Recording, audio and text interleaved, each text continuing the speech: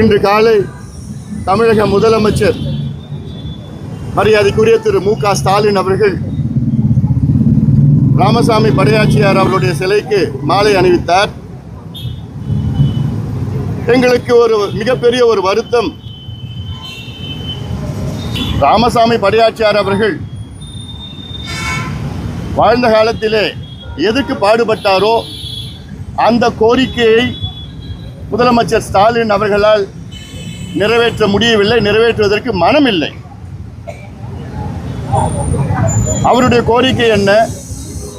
தமிழ்நாட்டில் தனிப்பெரும் சமுதாயம் வன்னியர்கள் மிக மோசமான ஒரு சூழலில் வாழ்ந்து கொண்டிருக்கின்றார்கள்.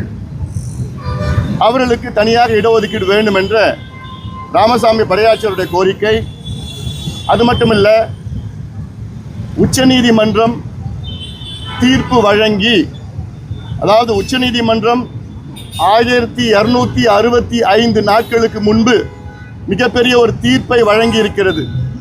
அந்த தீர்ப்பின்படி தமிழ்நாட்டில் வன்னியர்களுக்கு தனி ஒதுக்கீடு அல்லது உள் ஒதுக்கீடு வழங்குவதற்கு எந்த தடையும் கிடையாது. தாராளமாக தமிழக அரசு வன்னியர்களுக்கு உள்ஒதுக்கீடு தனி ஒதுக்கீடு வழங்கலாம் என்ற மிகப்பெரிய தீர்ப்பு. இது அப்சர்வேஷன் கிடையாது, இது தீர்ப்பு. அந்த தீர்ப்பில் பாகம் 68, 73 பேராகிராஃப் இதிலே தெளிவாக சொல்லியிருக்கின்றார்கள். இந்த தீர்ப்பு 1265 நாட்கள் ஆகிறது. 30 நாளில் சாதாரணமாக கொடுக்கின்ற அந்த இடஒதுக்கீடு இன்று வரை முதலமைச்சர் ஸ்டாலின் அவர்கள் அதை நிறைவேற்றவில்லை. மருத்துவர் ஐயா அவர்களும் சரி, நானும் சரி, எங்கள் கட்சியில் உள்ள மூத்த தலைவர்களும் சரி, பல முறை முதலமைச்சரை சந்தித்தோம், சட்டமன்றத்திலே வாதம் கொடுத்தோம். அது மட்டுமல்ல, அதிகாரிகளையும் அமைச்சர்களையும் நூற்றுக்கணக்கான முறை சந்தித்தோம். பேக்வர்ட் கிளாஸ் கமிஷன் சேர்மனையும் நான் சந்தித்தேன். ஆனாலும் இன்று வரை அது சம்பந்தமாக மூச்சு கூடும் விட மாட்டேன் என்று சொல்லுகின்ற முதலமைச்சர் ஸ்டாலின் அவர்களுக்கும் சமூக நீதிக்கும் எள்ளளவும் சம்பந்தம் கிடையாது. திமுகவுக்கும் சமூக நீதிக்கும் எந்த சம்பந்தம் கிடையாது.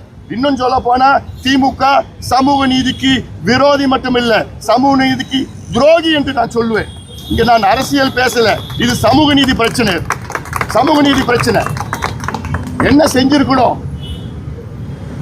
இன்று தமிழ்நாட்டிலே சாதிவாரி கணக்கெடுப்பு நடத்த வேண்டும்.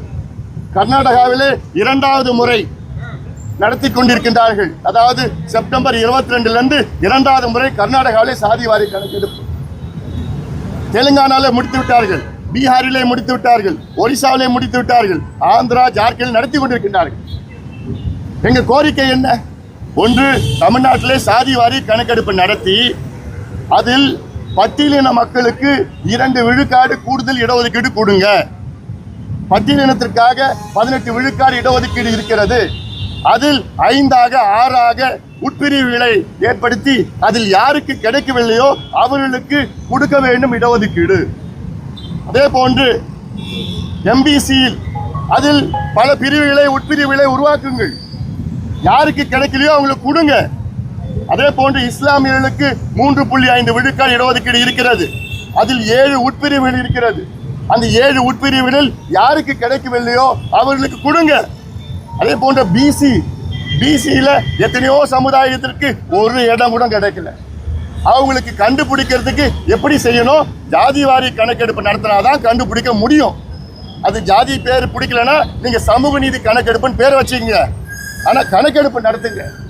கணக்கெடுப்பு நடத்தி யாருக்கு கிடைக்கலையோ அவங்களுக்கு இடஒதுக்கீடு கூடுதலா கொடுக்கலாம், ரொம்ப கிடைச்சவங்களுக்கு குறைக்கலாம், இல்லாதவங்களுக்கு வேலையை கொடுங்க, கல்வியை கொடுங்க, கடனை கொடுங்க, படிக்கிறதுக்கு வேலைக்கு கடனை கொடுங்க.